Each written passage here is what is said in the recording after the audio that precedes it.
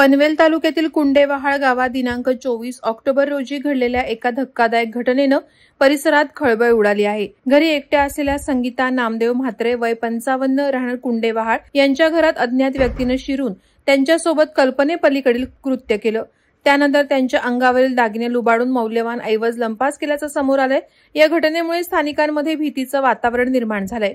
या घटनेत घरातील सोन्याची चेन, मंगळसूत्र, अंगठ्या, कानातले असं सुमारे 1,55,000 रुपयांचा ऐवज गायब झाल्याची माहिती समोर आली आहे। आरोपीनं चोरी करण्याच्या उद्देशाने घरात प्रवेश केला आणि विरोध केल्यामुळे संगीता म्हात्रे यांना संपवलं असा प्राथमिक अंदाज पोलिसांनी व्यक्त केलाय। या घटनेची नोंद पनवेल शहर पोलीस ठाण्यात झाली असून पोलिसांनी तत्काळ घटनास्थळी धाव घेत तपास सुरू केलाय। गुन्ह्याच्या अनुषंगाने विविध पथके तयार करण्यात आली असून परिसरातील सीसीटीव्ही फुटेज तसंच मोबाईल लोकेशनच्या आधारे आरोपींचा मागोवा घेतला जात आहे। काही संशयितांना चौकशीसाठी ताब्यात घेण्यात आल्याचंही सांगण्यात येत आहे। दरम्यान या प्रकारामुळे कुंडेवहाळ आणि आसपासच्या भागात नागरिकांमध्ये भीतीचं वातावरण निर्माण झालं असून सुरक्षेच्या दृष्टीनं पोलिसांनी गस्त वाढवली आहे। या घटनेमुळे महिलांच्या सुरक्षेचा प्रश्न पुन्हा ऐरणीवर आलाय। पोलिसांचा तपास सुरू असून या थरारक घटनेचा उलगडा लवकरच होण्याची अपेक्षा व्यक्त केली जात आहे। वादळवारा लाईव्हसाठी न्यूज ब्युरो पनवेल।